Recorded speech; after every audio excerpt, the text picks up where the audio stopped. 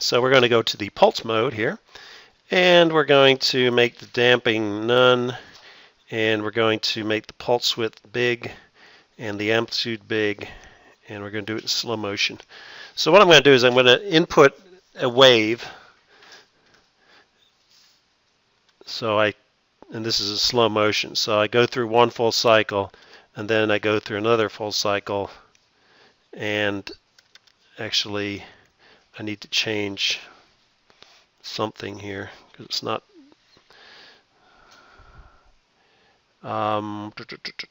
Actually, maybe I didn't want it to be so wide. Let's try this again. Restart. Let's try it again.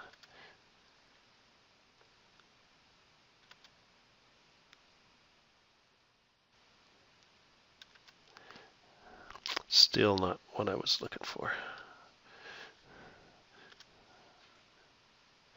Actually, maybe I shouldn't make it so big. Let's try it again.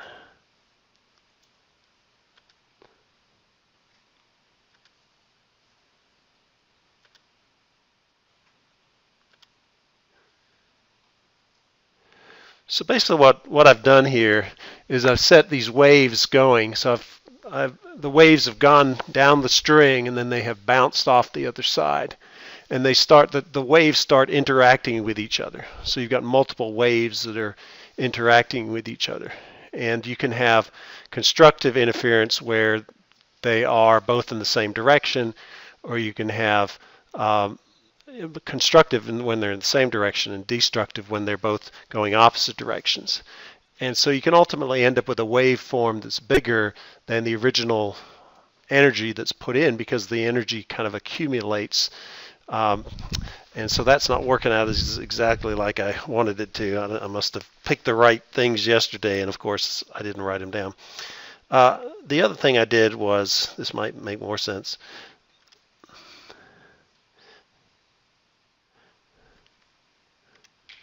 Standing wave demo. So what I did was I had two waves, and I'm having a wave that's going from left to right. So that's kind of like the initiating wave. And then you have a wave going the other direction, which is like the wave that's bouncing off. And the wavelength of the wave that I'm looking at is the length equal to the length of the string in this case.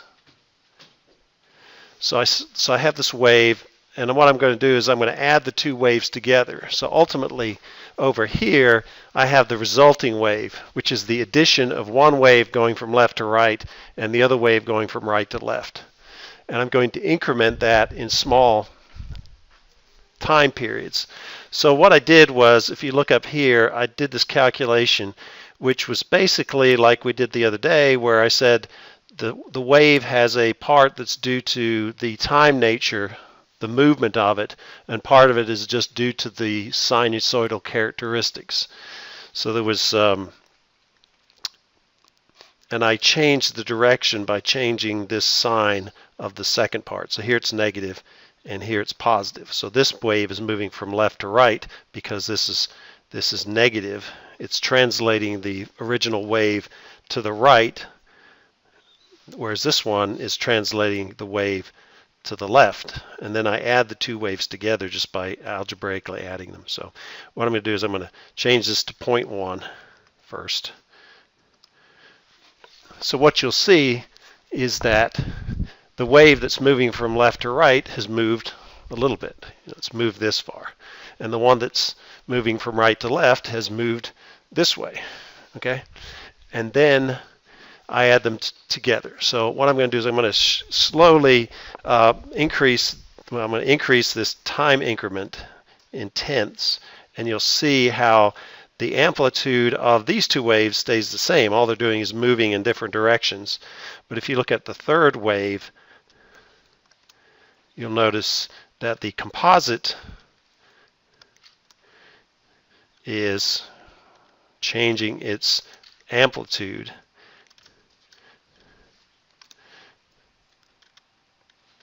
And the interaction results in a wave that basically oscillates up and down like this. So the two waves going opposite directions to us, by adding them together, result in this wave where the ends, notice the ends are not being displaced vertically, and the center is not being displaced vertically, but a quarter and 3/4 along, they're being displaced the maximum.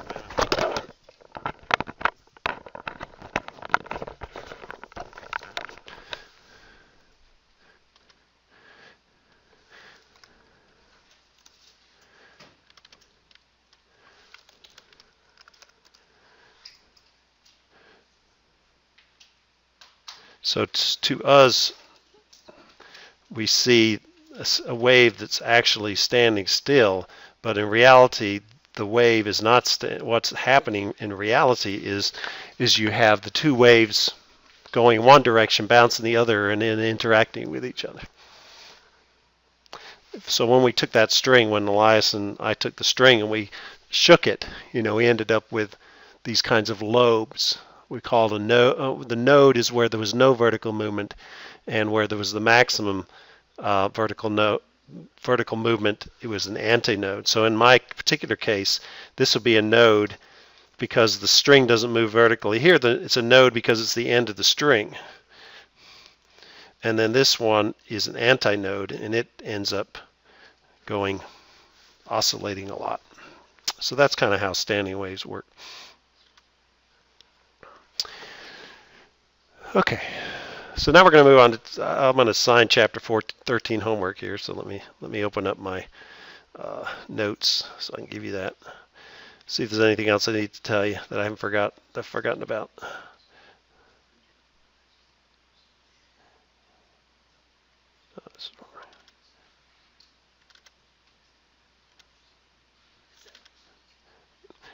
There's a fair number of homework problems from this section, so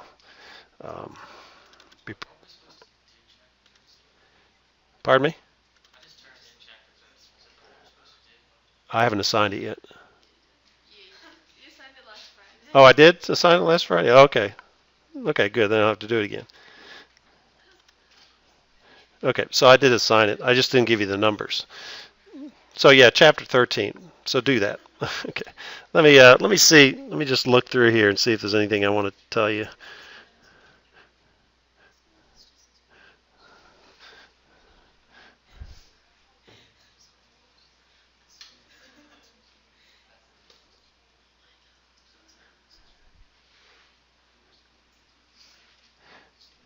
Yeah, since we have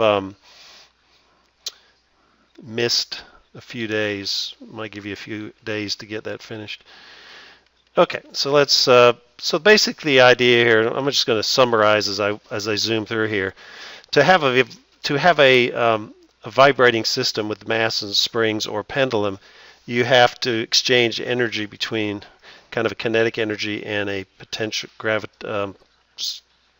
spring potential energy, and that interaction creates a harmonic oscillation which has a frequency that's proportional to the square root of the spring constant divided by the mass for a spring mass system, and it's proportional to the square root of L over G for a pendulum. Okay. And in the real world, you actually have friction, so the vibration ends up being damped and the oscillation gets smaller with time. And then you have actual physical waves. You have a transverse wave, which moves up and down, and you have longitudinal waves that move in this direction. Sound waves are examples of longitudinal waves, which we'll get to.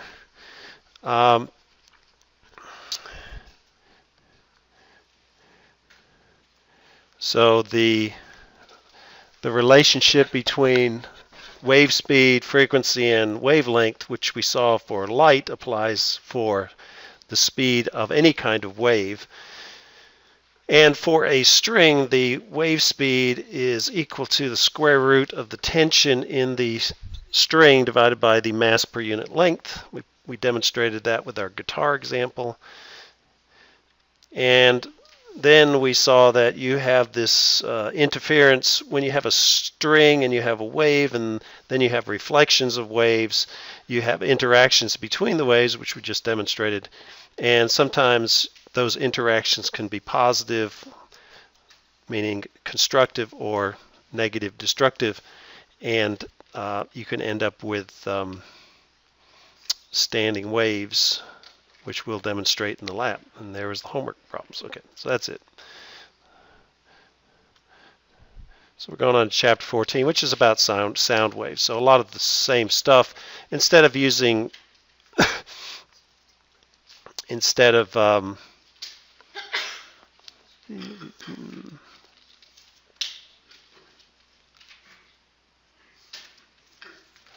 okay, so I'm just going to make this up. Okay.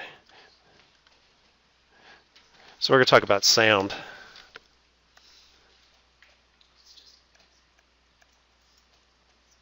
Chapter 14. So what can we say about sound waves? One is that they're longitudinal.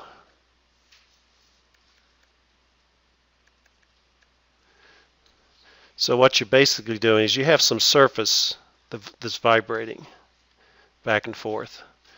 And that surface causes the air near the surface to have areas of higher pressure and then lower pressure. So I'm going to show the pressure by these vertical lines.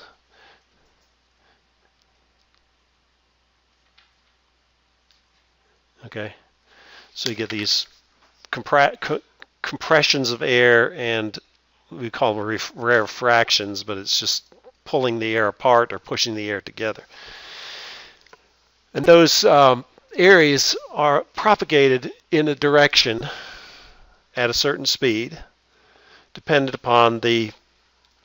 mostly dependent upon the temperature of the air.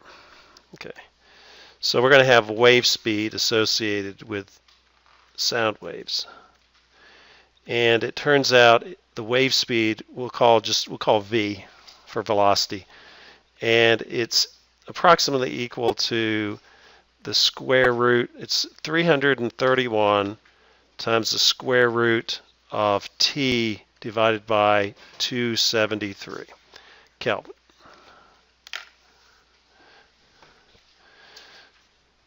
So as the temperature goes up, the density goes down. There is a way to theoretically show how you come up with that expression. The units are meters per second. So at 273 degrees Kelvin, which is 0 degrees C, the speed of sound in air is 331 meters per second. So let's just do a simple calculation. What is the speed of sound at 25 degrees C? So the first thing you always have to do is convert the temperature in degrees C to the temperature in Kelvin. And what you do is take the temperature in degrees C and add 273 approximately. So this temperature used in the equation is in Kelvin. So the temperature in, I'll use a subscript for K, is going to be equal to 25 degrees C plus 273. And that gives us 298 Kelvin. So the wave speed is equal to 331 meters per second times the square root of 298 over 273. Let me get my calculator.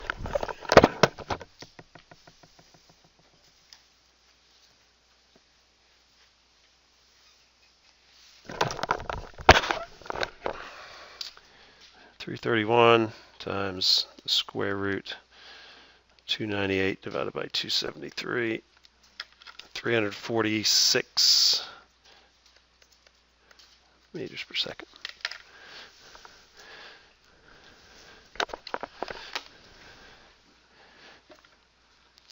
So the wave speeds and the wave speed here associated with sound doesn't really have any relationship to the frequency that you're generating the sound at. So no matter what the frequency of the sound is, you're still going to be transmitting that information through air at this whatever speed it is, a function of temperature only. So if it's 600 hertz or 1000 hertz, that wave of those different frequencies and different wavelengths are going to still travel at the same speed. The wave equation, velocity is equal to frequency times wavelength. So this still applies. So for a given temperature, the wave speed stays the same, so there is this inverse relationship between frequency and wavelength. So let's just think of does anybody know what the frequency of an A is? Not the note A. And I'm not sure how you designate which A it is. Turns out it's 440 hertz. Okay, so by convention, they've set an A, which is about maybe like that. So that's the tone that would be an A note, and it has a 440 hertz frequency. So if we wanted to know what the wavelength is, let's assume that the speed is 300 and whatever we got from this last one, 346 meters per second. Then the wavelength is going to be equal to the velocity divided by the frequency. So 346 meters per second divided by 440 hertz. And that's going to give us the wavelength in meters divided by 440. So it's 0.786 meters. So that kind of gives you the idea of the length of sound waves. So if I sang an A or played an A, and I had the waves, which are these longitudinal waves, if I looked at the distance between where I had the maximum pressures, that would be about that far apart. As I go to a higher frequency, then the wavelengths get shorter. If I go to a lower frequency, the wavelengths get longer. But it's the same, because they're waves, the wave equation applies to waves on strings, it applies to waves in air, it applies to light rays. So this is the only thing that changes between all those different things is the speed that the waves are moving. The speed of a light ray depends upon the properties of electric and magnetic fields. Here, it depends upon the elastic characteristics of the medium that it's traveling through, as well as the density of the fluid. So, if you're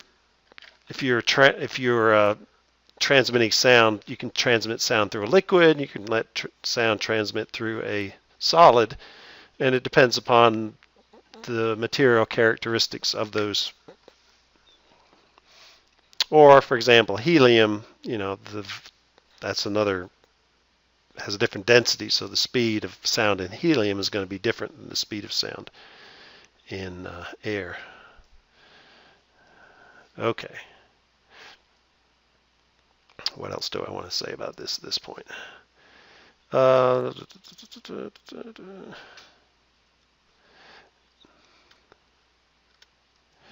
So here's a little music information for you.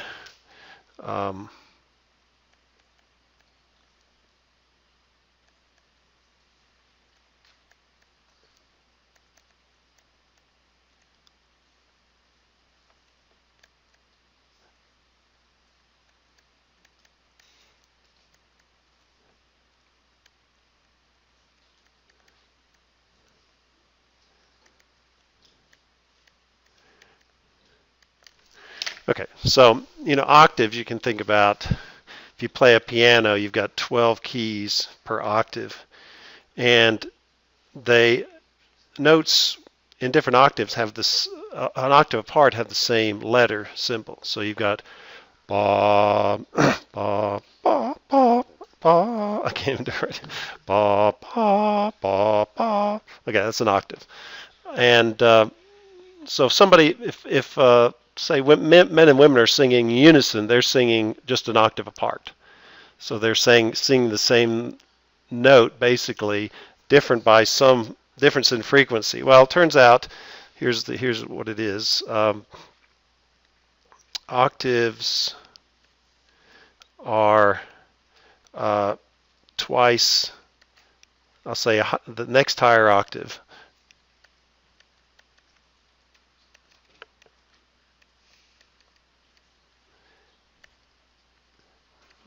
The next higher octave has double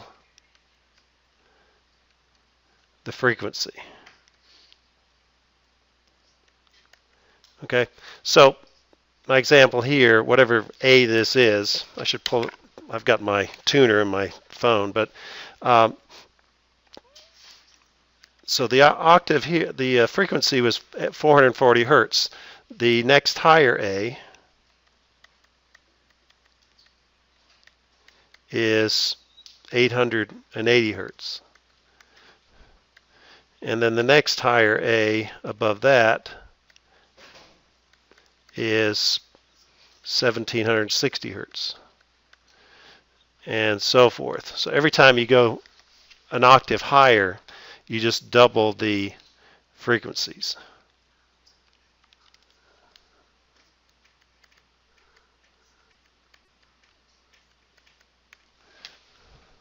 Now, the question might be, well, what is the relationship between the notes between the octaves? We'll talk about that some other time, but for right now, we're just talking about the relationship between frequency and the major difference in frequencies when you go from one octave to another. Okay. Now,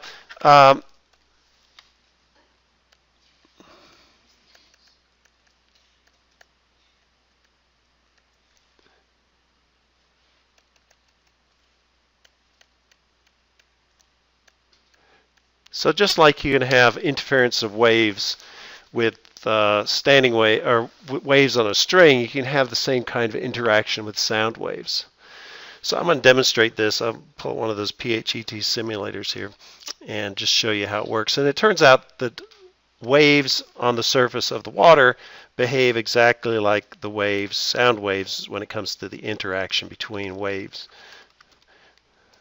It's a little more complicated because the waves, sound waves, go out in 3 dimensions, whereas waves on a string are limited to the string. Okay, so PHET simulations, wave interference. Okay.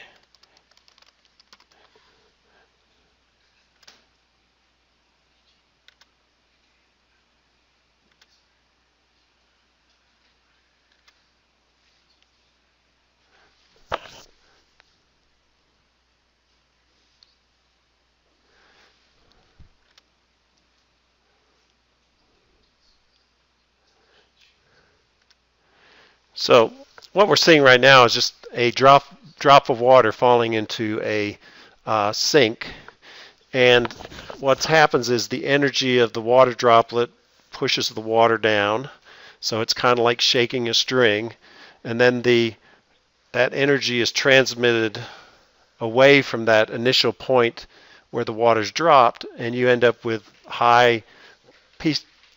the water being higher than equilibrium and then lower than equilibrium. Anybody who's gone to the beach knows how waves are. You know, you go up and down, you stay in one spot, you go up and down, okay? So the same thing applies for sound waves. So what's happening there, instead of dropping water, is you're vibrating a membrane of some kind, a speaker membrane. And that membrane, as it vibrates, so here's your membrane, it's vibrating.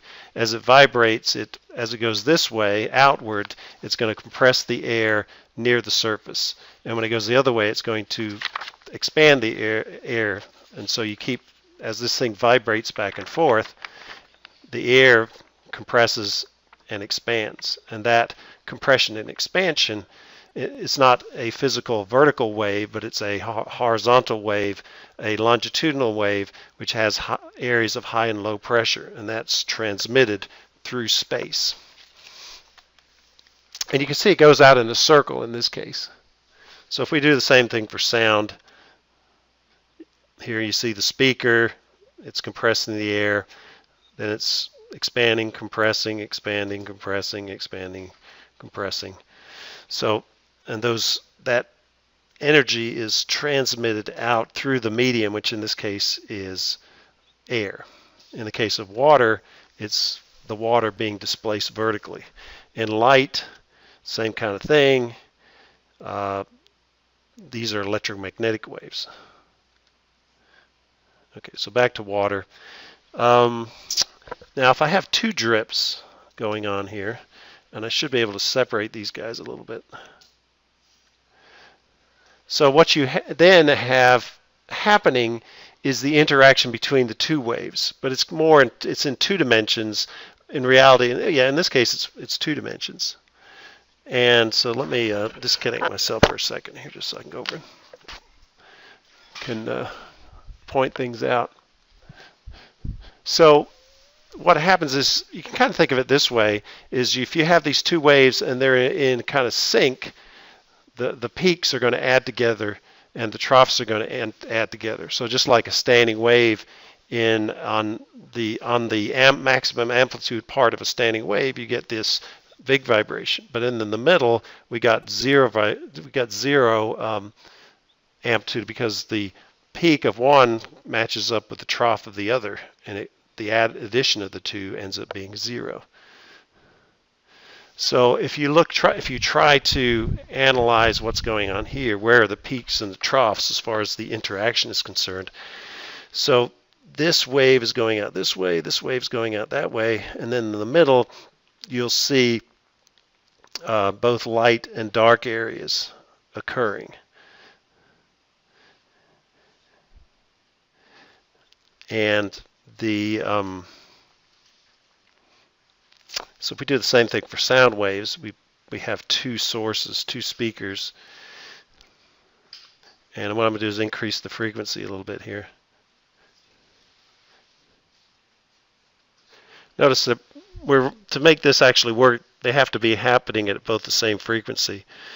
But if I drew a line, let me see if I can grab a picture of that so I can just show you what's going on here. It's hard to visualize it as it's moving.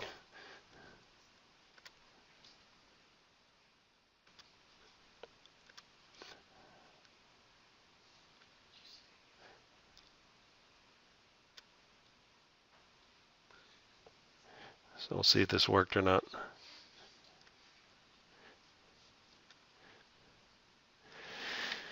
Yeah, so anyway, what's happening here is these are where you have constructive interference. You're getting the interaction of the two waves where you have a low spot and a high spot and a low spot and a high spot.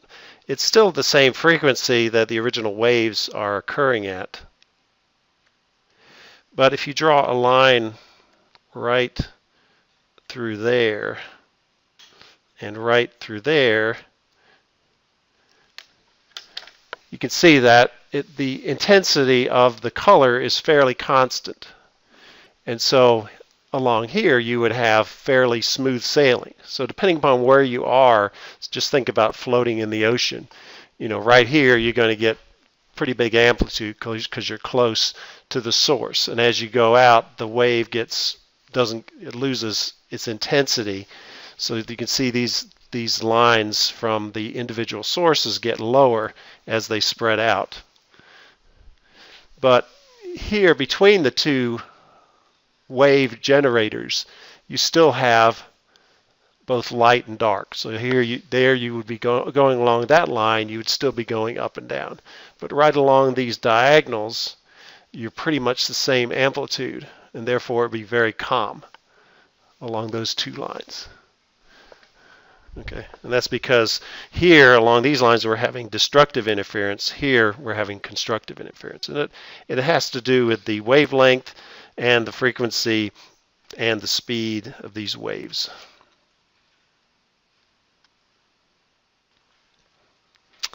Okay, now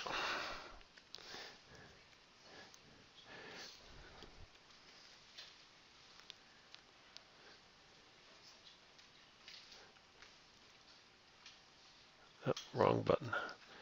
Doo, doo, doo, doo.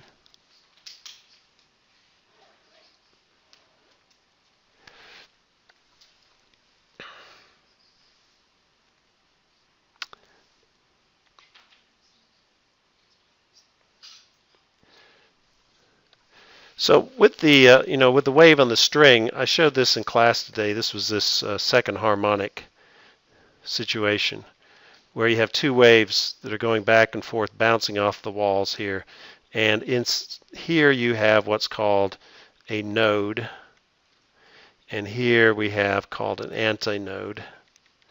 So the node, we have destructive interference, and the amplitude is 0. Here we have constructive interference, and the amplitude is maximized. Okay, so the same thing can happen in a tube of any kind. So you have a tube which has air inside the tube, and what you can have is you can kind of show it analogous to a string, even though it's not a string. And so if you, well, here we have the wave on the end of the string is restrained because you're tying it to the walls. So this is limited in its vibration because of the physical limitations.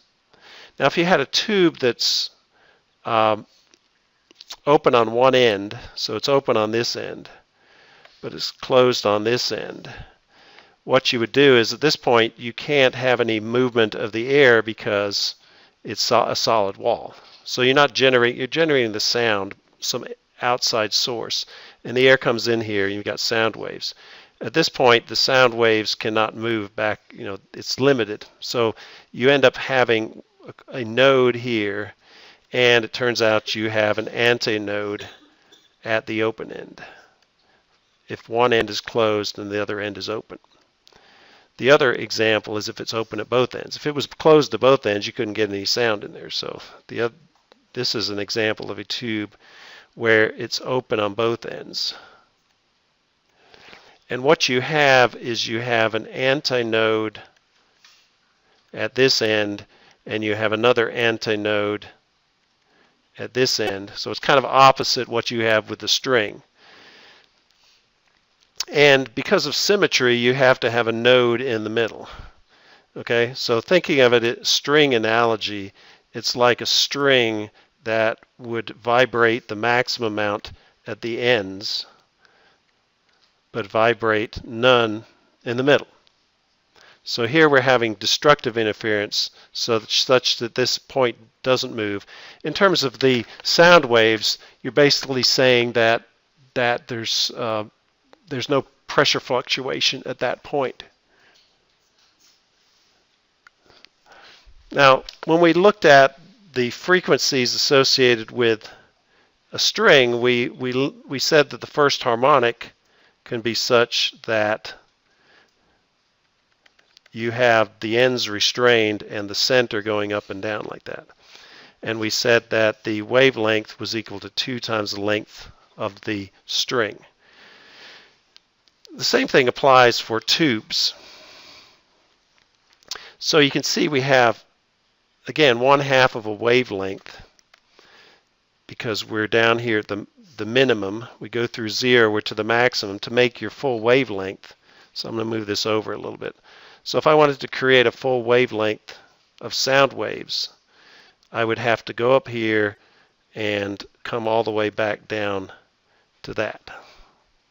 So that's a full oscillation, a full period, full wavelength associated with the sound wave. So the same thing applies true for a tube that's open at both ends. If this is the length of the tube, the wavelength of the fundamental frequency, so the fundamental frequency will have a wavelength of 2L, because the most simple arrangement inside the tube of the pressure fluctuations is to have an antinode at both ends and a node in the middle. You can't go what would be you can't have a node at either end because the node has to be in the middle from symmetry, and also the end is not restraining the movement of the air, so there's nothing to restrain the fluctuation. So the maximum fluctuation has to happen at the ends of the tube. So this is the only configuration that makes sense for the fundamental frequency. So we have that, we have the wave equation. Velocity is equal to lambda times f. So if we solve for the frequency of the sound wave that's generated by a tube with this configuration, it's going to be equal to v divided by lambda. But lambda for the fundamental frequency is equal to 2 times the length. So what this is saying is that if we have we have a tube that's going to generate a harmonic sound, a resonant sound, the fundamental frequency is just equal to the speed of sound divided by 2 times the length of the tube. So let me run over and get a tube for you a second. Hold on. Frequency of this big tube. So if I look, there's a measure, a tape measure on the side here, and it's about 1.33 meters. So 1.33 meters. So we have 2 times 1.33 meters, and the speed of sound we're going to say is about 346 meters per second. So if this all works out right, we should be able to predict what the first harmonic for this configuration is. And it turns out that it's about 130 hertz. Okay? If I pull out my tuner on my phone here, let's see if it works or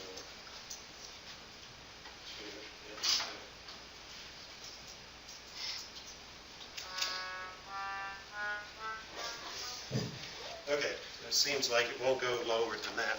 So let's do the second harmonic, 260 hertz. Okay,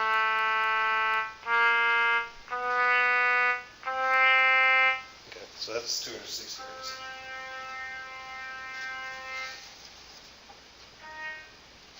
A certain frequency where it actually creates a louder sound, because the frequencies above or below the harmonic, they just cancel, the sound waves cancel each other out, and they dissipate the energy, whereas at the frequencies that cause this thing to oscillate at the harmonics, it just builds upon the energy that you're inputting, and it creates a louder sound. So that's kind of how the way this whole thing works. And so, musical instruments, most of them can be modeled as like the actual tube. And so you're creating different standing waves of different lengths.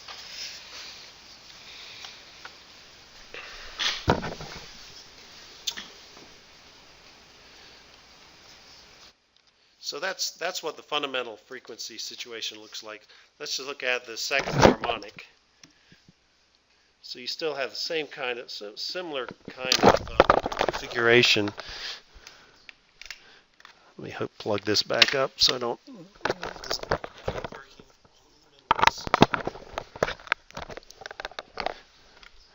So we're going to make this hollow tube. And so again, the ends have to be antinodes when you have something open at both ends. And the original one, the node was right here in the middle. So what you would end up having is, how many nodes? I guess you just have 2 nodes, right?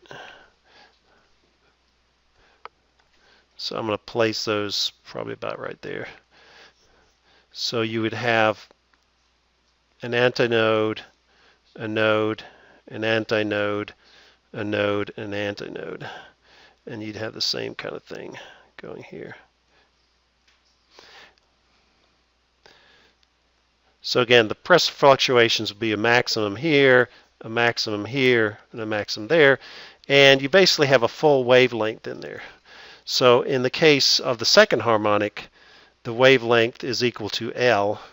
So when you get down to here, the only thing that's different, the second harmonic, is just equal to, it turns out it's V divided by 4L instead of by 2L.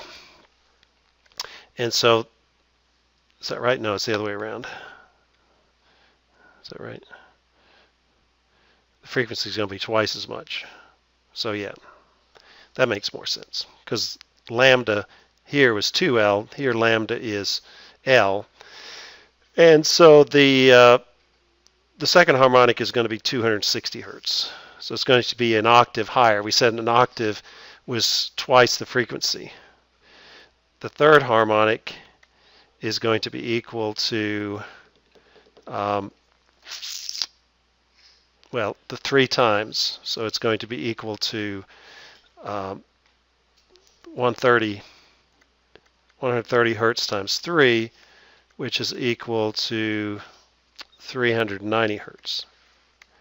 So when you go from the second to the third harmonic, you're not going a full octave. The fourth harmonic is going to be equal to 130 hertz times 4, which is equal to 520 hertz. So what you see is that the second harmonic is an octave higher than the first harmonic. The third harmonic is not an octave higher than the second harmonic, but the fourth harmonic is an octave higher than the fourth harmonic. So 520 is double 260. So the second harmonic and the fourth harmonic are an octave apart. So the question is, what does the third harmonic do for us? What kind of note are we talking about there? And it turns out, so let me just show you most people had some music. So if you have C, D, E, F, G, I was going to do H, A, B, C. Okay, so let's say this is equal to 200 hertz. And so the octave higher is 400 hertz. The question is, where does 300 hertz, which is halfway between, what note is 300 hertz? And it turns out it is this one. So the G is, in this case, if you looked at the, if you go one octave lower, this would be the fundamental harmonic, first harmonic. This would be the second harmonic. This would be the third harmonic, and that would be the fourth harmonic. So luckily, the harmonics are part of a major scale. If you think about a major scale, is you would have C, E, and G, and then C again. Those notes together sound pleasing. And luckily, these sound good together because they're all the same octave. The third harmonic ends up being one of the notes that makes up a major scale. And if you go to the fifth harmonic, so let's say we go back down to here and we look at the fifth harmonic, that's going to be 130 hertz times 5.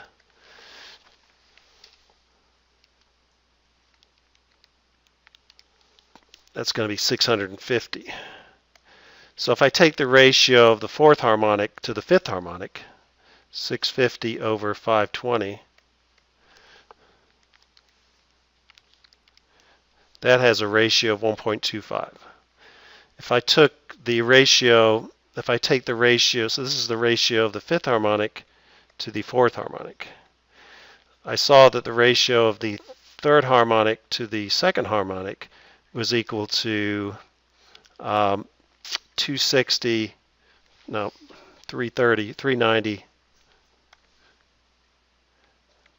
divided by 260. That was equal to 1.5. That was the G, okay? So when you go to the fifth harmonic, relative to the fourth harmonic, it's a quarter higher. That turns out to be the E in the major scale. So when you play a normal musical instrument, you're not just hearing the fundamental frequency. You're hearing the multiple harmonics of the fundamental frequency. depending upon the kind of instrument you're talking about, the flute turns out not to have that many harmonics. But if you have a trumpet, or even my voice has quite a few harmonics to it.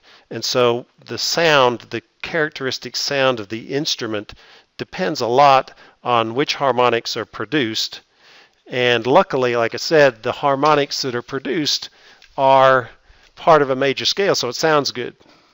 If that didn't work out, if the harmonics didn't sound good to us, that would be bad because we'd never have any music that sounded any good, because you'd blow an instrument that does something other than the fundamental frequency and it wouldn't sound good. And it turns out that up the 6th harmonic sounds good, the 7th harmonic doesn't sound good.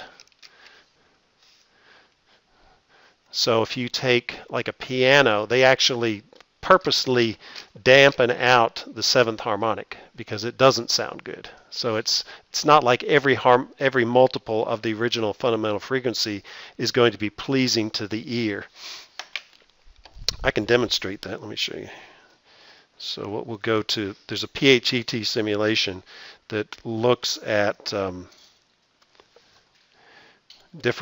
sounds of different harmonics.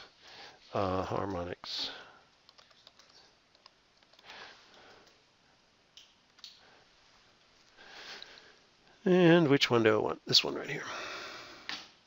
So I'll need to hook up my speaker so you can listen to it.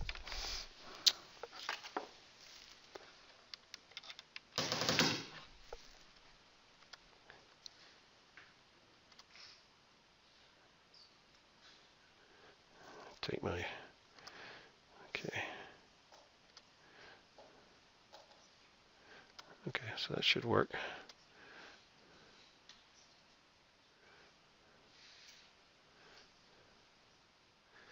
Okay, how do I play this thing here?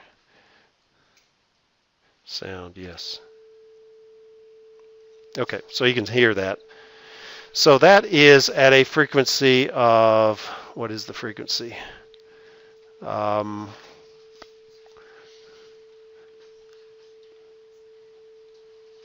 don't know. I'll get my tuner out here. Let's see what it tells me it is.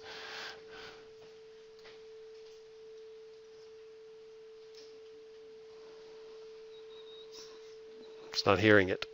You can't hear that, right? It's not just in my headphones. Yeah. Okay. What are you talking about? Okay. It's an A, okay?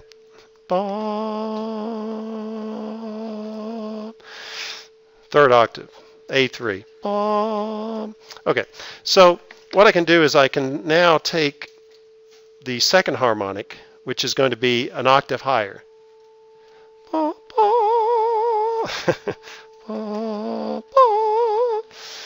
Okay, so that's an octave. Now the next one is going to be the 3rd harmonic, which is going to be like a G. Ba, ba, ba, ba, ba, ba. So that's, again, that sounds pretty pleasing to our ear because it's a harmonic, but it's also part of a major scale. The next one will be another octave higher. So I'm going to take this out. So these are all an octave apart. 1st octave, 2nd octave, 3rd octave. I can't go that high. Okay, the next one, let me just take that out. The next one, the 5th harmonic, will be like an E in the scale. Ba, ba, ba, ba, ba, ba, ba, ba. Okay, so that sounds pretty good. And then the 6th harmonic will be another octave higher, so it'll be an octave also. So this is an octave, and then, actually I'm not sure about this one. Anyway, it sounds okay, right? All those sound pretty good. And by changing the amount of each harmonic, you can change the, by adding more of the 3rd harmonic, I can change the type of sound that's coming out of there. Okay, now if I do the 7th harmonic, that doesn't sound very good, right? Probably the 8th harmonic probably sounds pretty good. Yeah. That sounds pretty good. Not so good. So the bottom line is that all of the harmonics of the fundamental frequency sound pretty good in terms of a major scale, except for the 7th harmonic, which doesn't sound too good.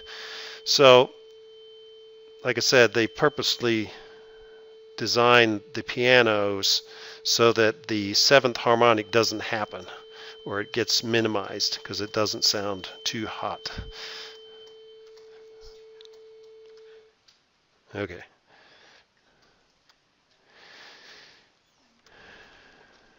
Now, the other case is if you have a tube that's open at one end, and I don't know why I chose a circle. So let's try. So it looks the same because I'm just drawing this two-dimensional representation of it.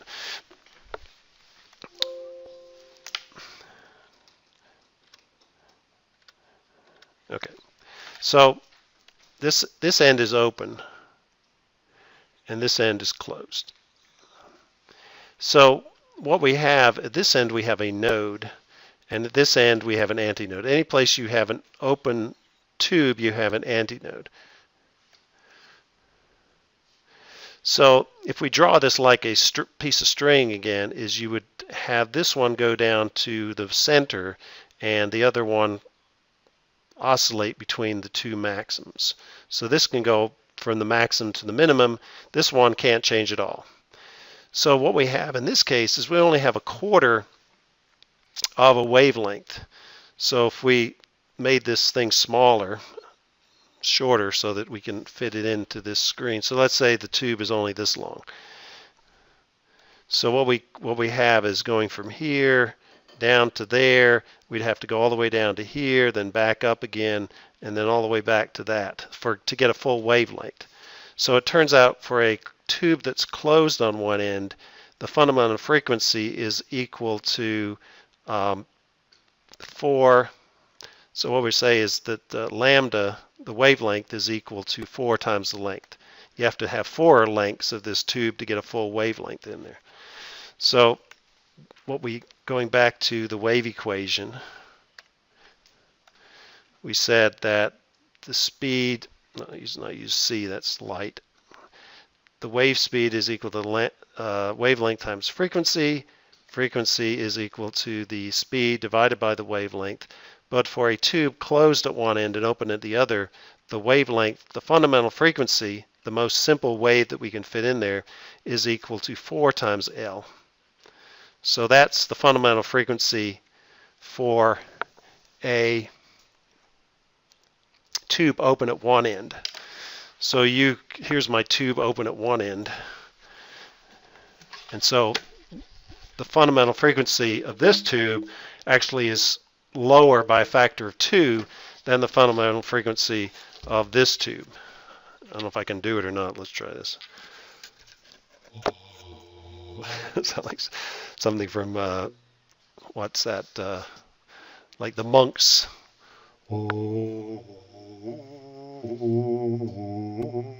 That sounds like something from Lord of the Rings.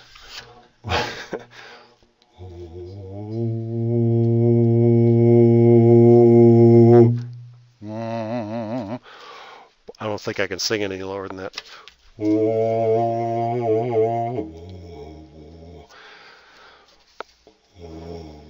Yeah, anyway, my voice can't do it. But anyway, the bottom line is that if you have a tube open at both ends, your fundamental frequency is some value. If you have the same tube where it's closed at one end, you can actually get a fundamental frequency that is half the one that we can get with it open at both ends. And it turns out that you can't just, the harmonics of a tube open at one end are not just multiples of the fundamental frequency. The next frequency that actually works is 3 times the original frequency. So you get 3V over 4L. So it misses, kind of skips over ones. The instrument that is behaves most like a tube open at only one end is the oboe. So it has, if you've been in a band, you know the oboe has a very unique sound to it. And that's one of the reasons it has a very unique sound to it, is because instead of behaving like a tube open at two ends, it's like a tube open at one end.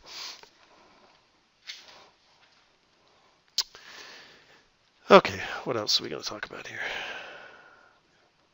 Because we only got 6 minutes left.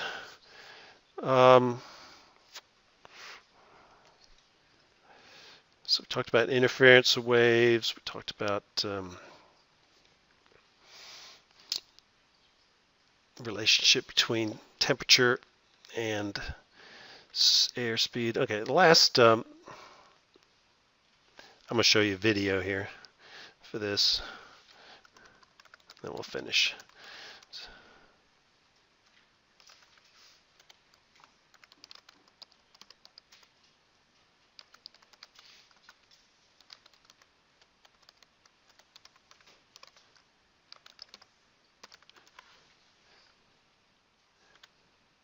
So I have to get it here. If anybody gets it, I'm going with the Doppler effect. No, it's not. If I have to, I can demonstrate. So what time does the costume parade start? The parade? Yeah, so the judges can give out prizes for best costume. You know, most frightening, most authentic, most accurate visualization of a scientific principle. Oh, Sheldon, I'm sorry, but there aren't going to be any parades or judges or prizes. This party is just going to suck. Oh, come on, it's going to be fun, and you all look great. I mean, look at you, Thor, and oh, Peter Pan, that's so cute. Actually, Penny, he's wrong. I'm Peter Pan! I got a handful of pixie dust with your name on it. No, you don't. I hate what Sheldon's supposed to be. Oh, he's the Doppler effect. Yes. It's the apparent change in the frequency of a wave caused by relative motion between the source of the wave and the observer.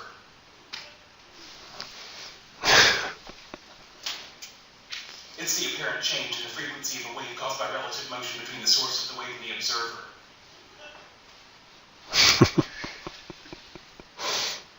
It's the apparent change in the frequency of a wave caused by relative motion between the source of the wave and the observer. Oh, sure, I see it now, the Doppler effect.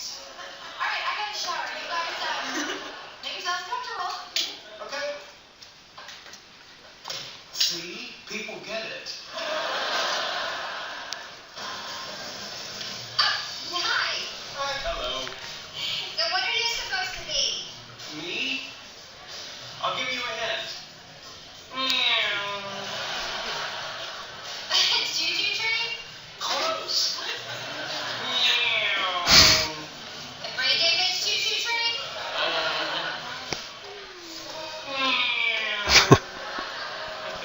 I still don't get it. I'm the Doppler effect. Okay, if that is some sort of learning disability, I think it's very insensitive. Why don't you just tell people you're a zebra? Well, why don't you just tell people you're one of the 7 dwarves? Because I'm Frodo. Yes, well, I'm the Doppler effect. It's... So, as Sheldon says, so the Doppler effect, as he demonstrates, as an object like a car that's making noise because of the engine or the exhaust is moving towards you, the sound waves are effectively shortened, and that effective shortening of the sound waves to us, our ear, is a perceived higher pitch. When the car or the siren is moving away from you, the effective wavelength of the sound is the wavelength is longer, which means a lower frequency, which to us sounds like a vroom. So when he goes, vroom, so as things with sound are moving towards an object, you hear a higher pitch, and when it's leaving, you hear a lower pitch, and there's a mathematical relationship that tells you, that relates the speed of sound and the speed of the objects to the perceived pitch. And so that's the Doppler effect, and we will talk about that equation on Monday. That works with light too, right? It also works with light. That's the red shift that you measure to figure out how far objects are away from us.